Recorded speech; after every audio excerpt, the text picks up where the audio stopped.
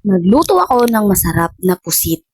Guys, grabe. Sobrang sarap nitong recipe na to. Kaya gayahin nyo to guys. Subukan ninyo at nang matikman nyo. Ayan na nga guys, sumubo na nga tayo ng masarap na pusit.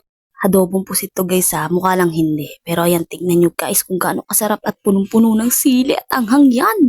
Katakam katakam. Habang nabuboy over ako, sobrang sarap nito. At guys, nagsimula na nga ako mag-gisa ng luya. Ko na rin agad yung bawang guys kasi malulusunog na yung luya. Siyempre, sinunod ko na rin yung sibuyas para paldo-paldo na. Ayan, sinunod ko na rin yung kamatis, lalong paldo, di ba?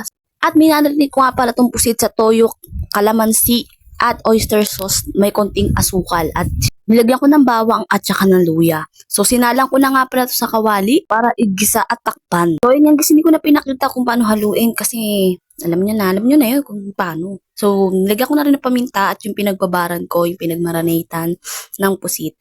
So, nilagyan ko oyster sauce, din nilagyan ko ng siling green. At, syempre, diba? So, for the view, yan, sarap. Nakakatakam. Habang nag-voice over ako, naglalaway ako. At syempre, hindi aanghang to kung walang sili. Guys, yan pulang sili, lang buyo yan, diba? Alam nyo na yan. Diyos ko naman.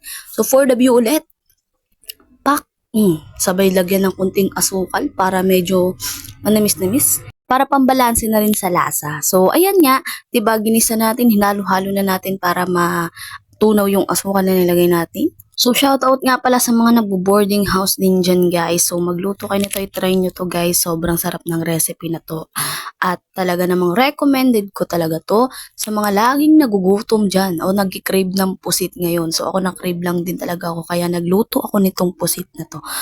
Yan. So, adobong pusit nga pala to, guys. Mukha lang hindi at mukha lang siyang may chili oil. At for the plating na nga ang person at for the tikim, so ayan guys, kainin na natin, tikman na natin ang ating niluto. So yun guys, nagsasalok na ako sa kanin. Perfect talaga to sa mainit na kanin guys. Kaya naman subukan nyo na rin to at tikiman na nga.